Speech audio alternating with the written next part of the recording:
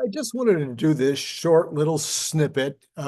It's brand new material. This is not, something that, like a cut from some other video. I wanted to talk to you just briefly about the Optimus bot. It's a very important product for me, and a little bit about the profits that are coming a lot sooner than most people are taking into consideration. The profits that most people are looking at are, well, gee, how much will we sell it for? And I've been talking about this nonstop. How much will they sell for? How much will they cost? Will they just be rented out in the beginning? Will they be sold? Will they be both? How many will they make? We got that information now. Now I'm waiting for the specs. That would be the final wonderful thing. I'd love to have the specs and, know all the details of how long it lasts and how you recharge it. All those kind of cool stuff we'll get, I'm sure, later this year. Plus, watching it operate in the factory, I'm sure you can imagine that if we have even 1,000 bots in the factory, they're going to be doing lots and lots of different jobs. So taking video, drones going through the factory and taking pictures of these bots at work, or however that'll work, showing these opportunities, the ways that they can be really helpful to other companies, will be the thing I think that will stimulate the street, will stimulate people that are just champing at the bit to place their orders. And then what we really great, one of my great hopes is that they'll actually engage a couple of other companies like they did with Pepsi and the semi truck, that maybe they'll engage a couple of other potential customers to take a few on, put them into their streams of business, and also be able to use them in situations where Tesla doesn't have anything like that. So anyway, that's kind of what we're going to be seeing taking place this year. Well, while that's all happening, we also have to think about what Tesla might be gaining in the meantime, because they will be their own user of the bot during this first year.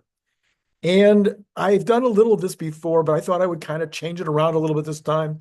Larry Goldberg did some numbers last week. 𝐒𝐮𝐧𝐝𝐚𝐲 has done some numbers. So I'm going to take just a slightly different tactic. And I'm going to say that we're going to base the 1,000 to 5,000 bots that are going to be used this year in the Tesla factory at $30 an hour, that it's going to replace $30 an hour employees. Now, I don't know that Tesla has many employees in the kind of technical jobs in these warehouses and factories making much less than $30 an hour. So I imagine they have quite a few that are making more than $30 an hour. So this is going to be a solid employee. Now, maybe not the first week or first month, but sometime this year, this is going to be a solid employee that they can count on, a top rate employee who will always be doing top job. Okay. So I'm going to think that this employee would have gotten raised up. Even if they started at 25, they would already be at 30. Anyway, we'll just take $30 an hour as the number. Now, I decided rather than doing my own math, I would ask Grok. And Grok says that the total cost of the company would be $62,400 for the 52 weeks times 40 hours a week. By the way, you can, I don't know if you know this, but you can use the kind of this offhand method of just doubling. So if you know that somebody's making $30 an hour, you can double that and say, oh, that's 60,000. It's close enough. Anyway, for a lot of calculations. Anyway, 62,400. Then you've got taxes and workman's comp and all this kind of stuff, overhead associated with, but that's not even counting supervisors and managers and hiring and firing and all this. Anyway, they come to $80,719 a year. So I'm going to round that down to 80,000. Now, I'm sure that Tesla mostly has 2 shifts in their factories. That's what I've understood anyway. In fact, sometimes they have 3 and sometimes they have 4 shifts in their factories. So I'm going to go with 2. So now that bot is going to be saving, to the extent that it completely replaces 2 employees, it's going to be saving the company $160,000. Now, I've gone in, CERN Basher and I, both about the same time, we came up with lists and lists. And I've come up with some more recent lists that even added to the old CERN and my lists of the ways that these bots are going to save the company money.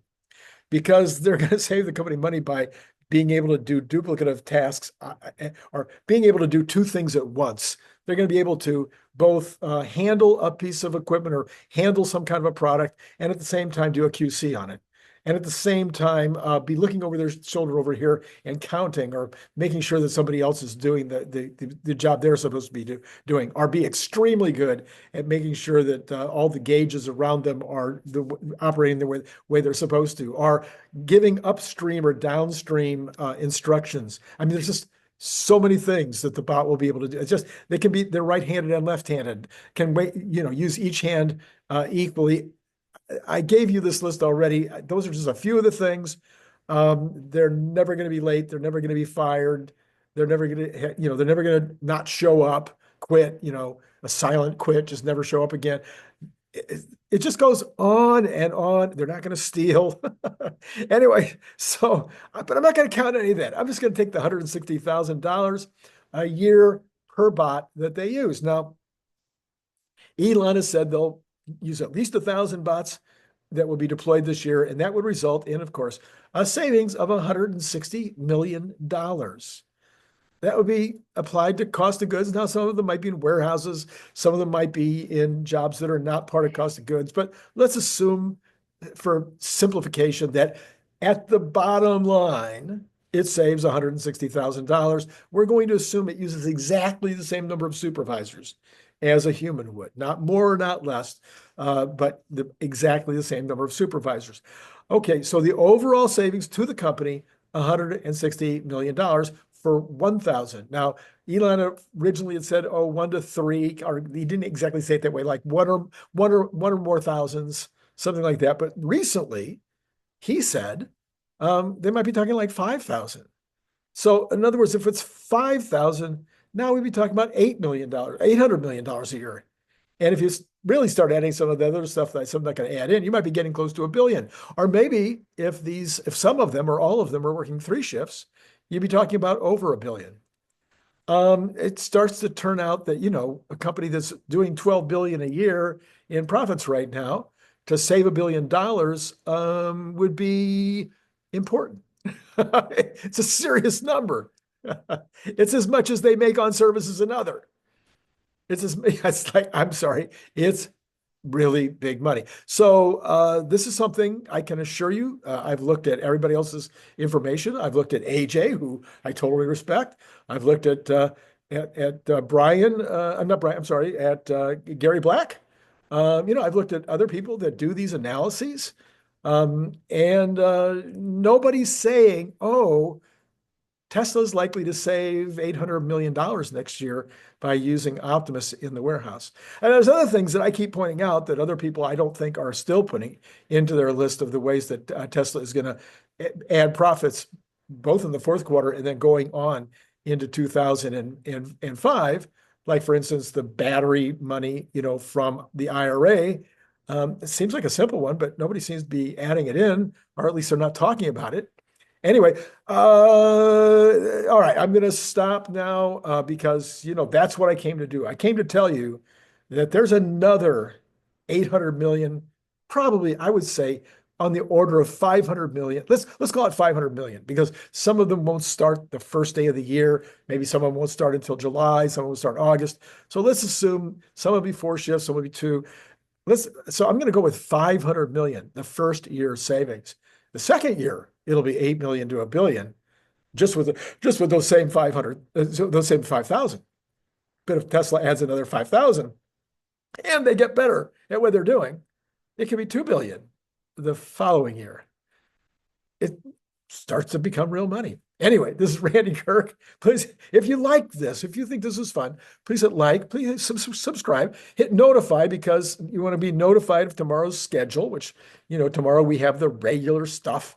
Brian White will be on at 7:45, Larry Goldberg at around 5, and my show, where I just do the news and the market stuff in the morning, at 7:45 a.m. Just a normal old day. Those are all Pacific Standard Time.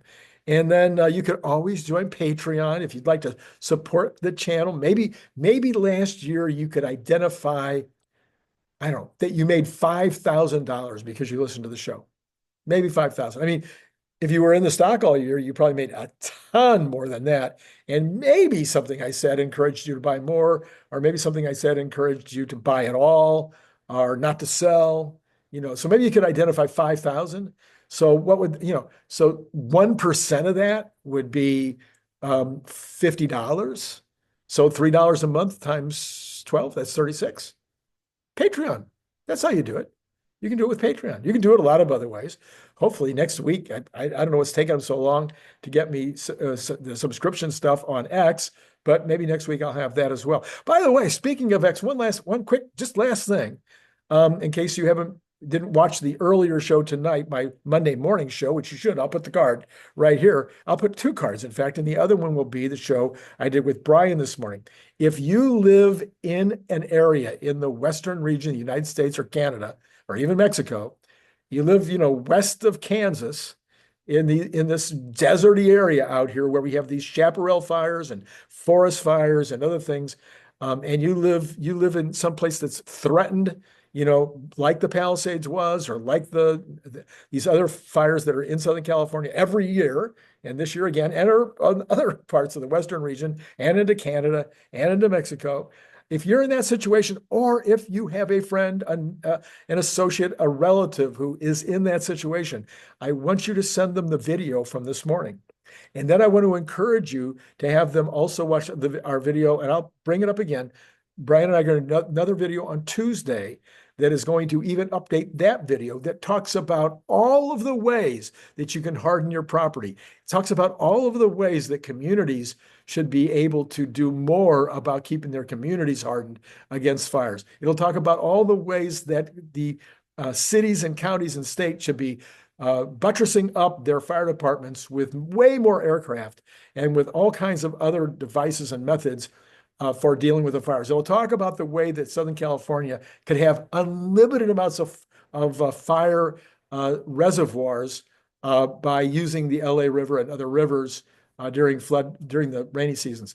Anyway, it's a whole bunch of brand new stuff that we found some of it. Some people are talking about some of it, but Brian and I brainstormed, and I got a lot of brainstorming on X from other people coming in, talking about stuff that they had seen or ideas that they had. In fact, the one about using the LA River was, I think, from one of our commenters.